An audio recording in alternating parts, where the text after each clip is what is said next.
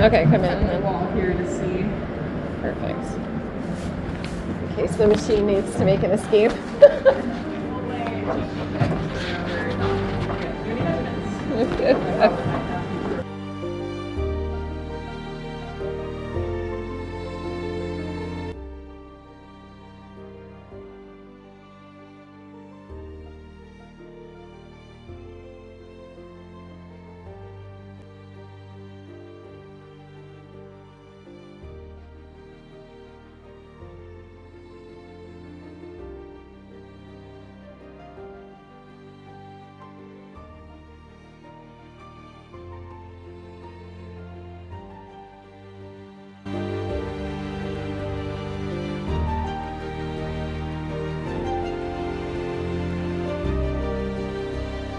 Larger horses with the grays get that shorter.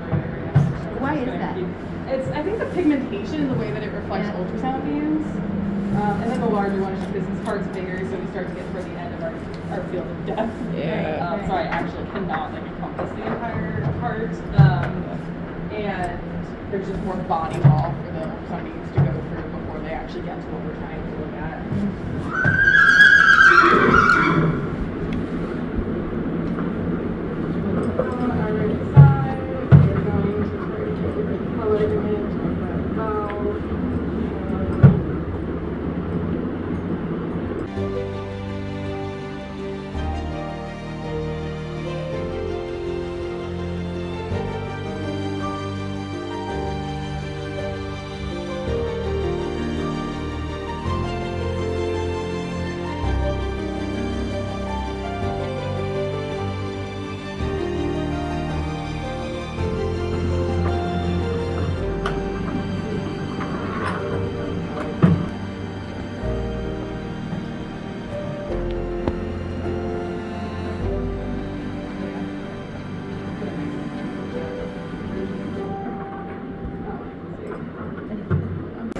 You're okay, sweetheart. You're all right.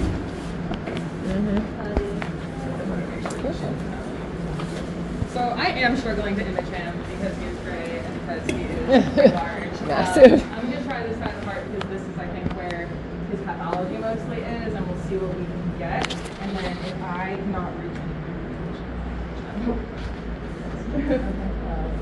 I unfortunately am limited by my machine and situation.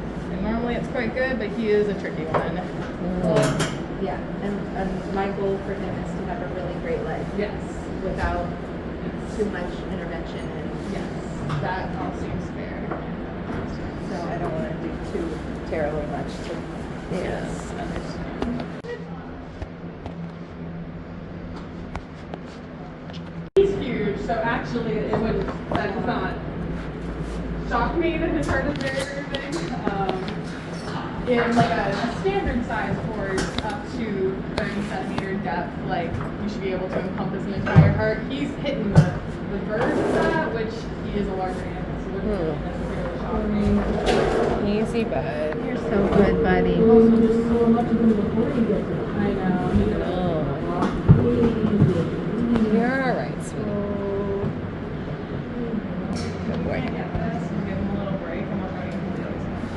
I've seen regurgitation for a while, so. He's a big horse and therefore he's going to have a large heart, but I have to go look at some reference ranges for the size of his left atrium, but to me it looks subjectively large and rounded. Which is the thing we did not want. Which is the thing that's not ideal.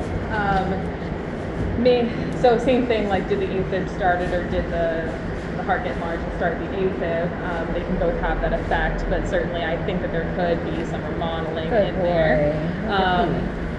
The good news, and I'm going to try to get some, I'm going to try one more time on this side of him to get some short axis views because that'll tell us more about his ventricular function as well, which is also important to assess. The atrium from a remodeling standpoint is the most likely, which is why it's good that we can kind of see that, and I got some measurements there.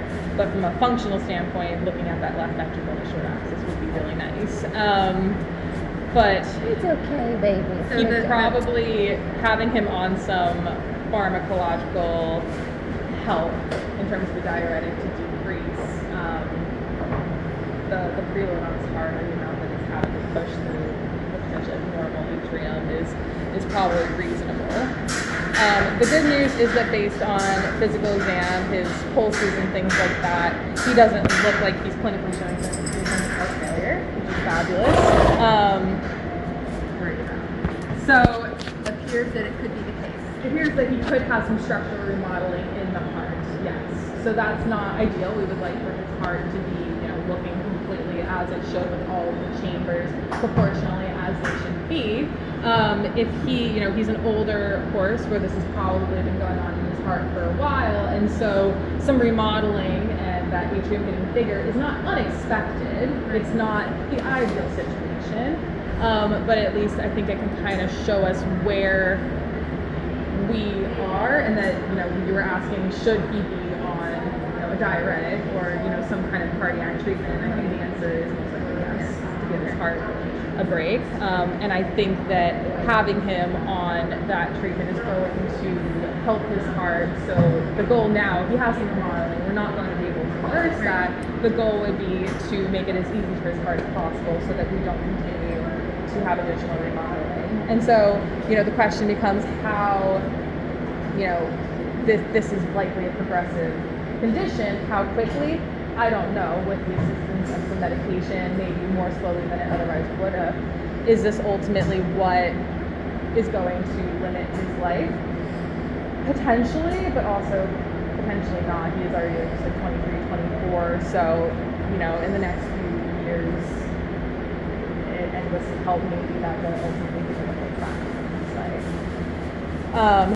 I think that watching him for signs of heart failure going forward would be very important in terms of determining if we can change his medications or add additional things. So there are options for medications in heart failure in horses. So diuretics decrease the preload, which I think that would be warranted to continue in his case. I'll have to go look to, we'll see what his electrolytes look like today too, because we'll have to look at those closely. But there are some other kind of diuretic options that I'm going to weigh to see if maybe they would be a good one for him. And then there are things like yeast inhibitors and all of that. So I don't know that I would go that direction right now. Can you tell us what signs to look for? Like yes, if he starts. So he's not gonna have swollen ankles like a human. They can do. So let me think. So I have to always follow it back. So That's left okay. side of the heart, if it's backing up into the lungs, a cough. Ultimately, the ultimate sign of true imminent cardiac failure would be pulmonary edema, right? But that is not a very common thing that horses tend to develop, so it would be more so a cough. And then if we then are backtracking and the other side of the heart is becoming affected, that's when you see some swollen legs, plaques of ventral edema, and then their pulses will get bounded as well. So you might see That's the the jugular. edema through here. It's through the belly. So usually it starts right underneath the pecs, and then it will extend back to and then bounding pulses. So if they're jugulars normally have a little bit right down here where you can kind of see the pulse, and it's very dependent on the position of the head. But if they have their head up or kind of neutral and the pulses are bounding all the way up the neck, they're very pronounced, that can be a sign of heart failure. Or their facial pulses, and I can show you where to feel them. I usually go under the chin Yeah, because that'd it's be really easiest. good. Yeah, and those start to get called water hammer pulses, and so they get really bounding and strong. So those are some things to look for. If he really starts to get lethargic and have exercise intolerance from the standpoint of his normal activity, or if he starts to get any of those signs, I'll write all of this very explicitly in the discharges, but if he starts to have any signs of heart failure, that would be cause for making some changes or What do we do if we notice that? I mean, is there anything we can do besides call you guys No, and change because it? that essentially just means we need to change some medications, or we need to have a different discussion about where things are at.